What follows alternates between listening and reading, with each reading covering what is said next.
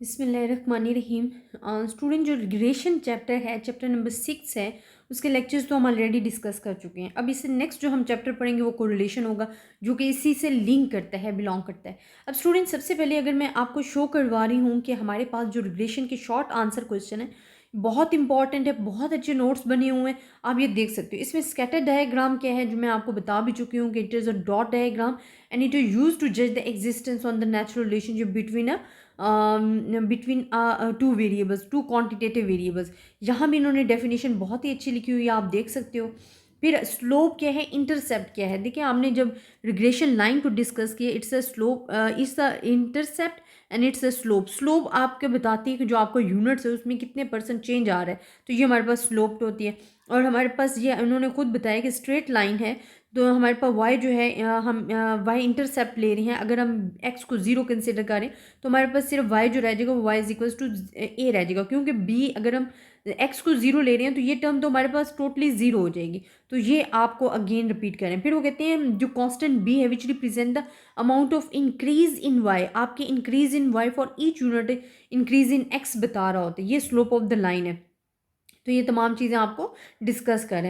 अच्छा, फिर हमारे पास डिपेंडेंट एंड इंडिपेंडेंट वेरिएबल्स क्या है, आप पढ़ चुके हो डिपेंडेंट एंड इंडिपेंडेंट, क्योंकि हम यही रिग्रेशन इक्वेशन डिस्कस करते आ रहे हैं कि जो वेरिएबल फिक्स होते हैं that is called the independent variable. जो आपके पास क्या होते हैं, प्रिडिक्टेड वेरिएबल होते हैं, एस्टिमेटेड वेरिएबल होते हैं, ठीक है। एंड जो इस एक्स वेरिएबल्स पे डिपेंड कर रहे होते हैं वो आपके पास होते हैं वाई वेरिएबल्स, जो कि हमारे पास एस्टिमेट और प्रिडिक्ट कहलाते हैं, that is the dependent variable. फिर आप बताते हैं कि write down the alternative terms for dependent and independent variable. ये भी आपके पास बहुत अच्छी टर्म्स लिखी हुई हैं। इसे हम क्या क्या कहते हैं, प्रिडिक्टेंट कहते हैं। आप डिपेंडेंट वेरिएबल्स को क्या क्या बोलते हो, रिग्रेशन बोलते हैं, प्रिडिक्टेंट वेरिएबल बोलते हैं, रिस्पॉन्स वेरिएबल बोलते हैं, explain variable. On the other hand अगर इंडिपेंडेंट वेरिएबल लेते हैं तो it is called a regressor है, प्रिडिक्टर है, रिग्रेशन है वेरिएबल एंड एक्सप्लेनेटरी वेरिएबल्स है।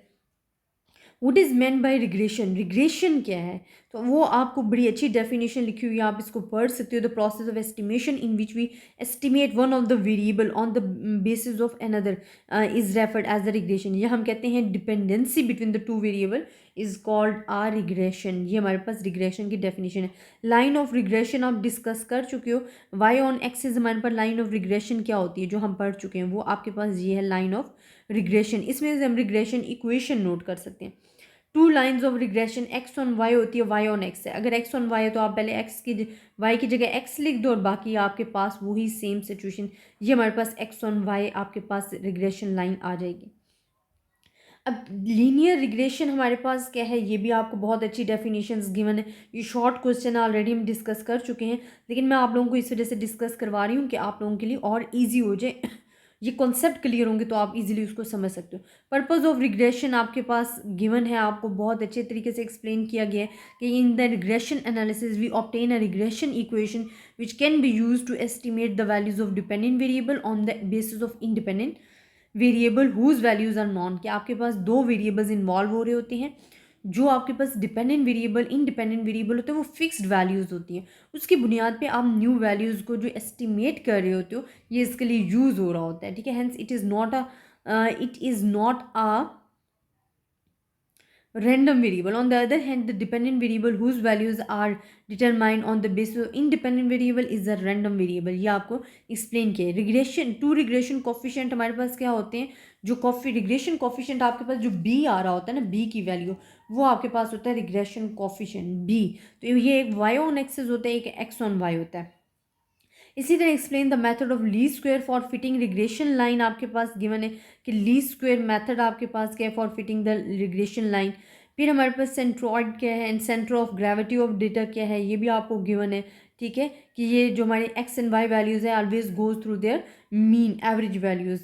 तो ये हमारे पास centre of gravity of data जो है वो गिवन है। आपको फिर उन्होंने एक वैल्यूज़ दी है, एस्टिमेटेड इक्वेशन आपको गिवन है और कैलकुलेट फाइंड आपने करना है इंटरसेप्ट। एंड आप इक्वेशन देखो, आपके पास होता है ए माइनस ए प्लस बी एक्स होता है, तो ए की जगह अब यहाँ आपने जो चीज़ नोट करनी है कि हमारे पास 5 जो है वो ए की जगह एंड जो 2 है वो बी की जगह -2, क्योंकि हमारे पास जो इक्वेशन होती है वो आप पहले पढ़ चुके हो, हमारे पास होती है Y is equals to A plus B X होती है। तो जो बी है वो -2 है और स्लोप है एंड इंटरसेप्ट जो है वो 5 है। इसी तरह आपको for a set of data the regression coefficient of y on axis is given -1 and the regression coefficient of this one, what is the wrong with the values of b's? तो हम कहते हैं reported of this set of the data are wrong because two regression coefficient are either both positive और both negative होने चाहिए। कि हमारे पास क्या है कि या तो दोनों पॉजिटिव होंगे या दोनों नेगेटिव होंगे। ये नहीं होता कि एक नेगेटिव और एक पॉजिटिव है, ये हमारे पास टर्म में आ जाता है कोरिलेशन में, नॉट इन द रिग्रेशन। फिर हम कहते हैं what are the alternative forms of regression lines. आपको ये गिवन्स हैं, आप इसको चेक कर सकते हो, ये फार्मूलाज हम ऑलरेडी डिस्कस कर चुके हैं। अब वो आपको कहते हैं कि उन्होंने आपको summation of X, summation of Y, summation of X Y, each and everything given है। आपने रिग्रेशन लाइन मालूम करनी है। अब आप देखना है कि आपको जो चीज़ें अवेलेबल हैं उसके मुताबिक आप बी का कौन सा फार्मूला लगा सकते हो। ये आपको फार्मूलाज गिवन है, आज से इसको अप्लाई करो, रिग्रेशन लाइन पे वैल्यूज़ पुट करो तो आपके पास आंसर आ जाएगा। इस तरह बच्चे आपके पास नेक्स्ट भी यही क्वेश्चन है कि आपको डिफरेंट वैल्यूज़ गिवन है और आप उनको पुट करके अपना बी स्लोप फाइंड कर रहे हो। नेक्स्ट आपको जो गिवन है रिग्रेशन इक्वेशन वो भी ऐसी गिवन है, आपको सेम यही वैल्यूज़ जो हैं हम डिस्कस कर चुके हैं प्रीवियस, इस वजह से मैं आपको बार बार रिपीट नहीं करवा रही। और अगर आपको पास रिग्रेशन इक्वेशन आपने फाइंड कर ली और आपको स्पेसिफिक जिस तरह की क्वेश्चन नंबर 20 में गिवन है कि X is equals to 12 given है, तो आप एक्स की जगह 12 लगा दो आपके पास आंसर आ जाएगा, वाई की जगह 8 लगा दो आपके पास आंसर आ जाएगा। अब आप यहाँ देखेंगे, यहाँ भी आपने फाइंड करना है रिग्रेशन कोफिशिएंट। उन्होंने आपको तमाम चीज़ें गिवन दी हुई हैं, आपने सिर्फ पुट करनी है वैल्यूज़ और रिग्रेशन लाइन फाइंड करनी है, तो ये भी आप इजीली फाइंड कर सकते हो। तो ये आपके पास नेक्स्ट अगेन आपके पास क्वेश्चन आ रहे हैं और ये भी सेम है कि आपने अपनी जो बी है वैल्यूज़ बी के फार्मूलाज आपने माइंड में रखने हैं और इनको लगाने हैं, तो आपके पास आंसर आ जाएगा जो कि लिखा हुआ है 26। ये 26 तक आपके पास लास्ट क्वेश्चन है। स्टूडेंट इसमें कुछ समझाने वाली चीज़ नहीं थी क्योंकि ईच एंड एवरी फार्मूला आपको पता है।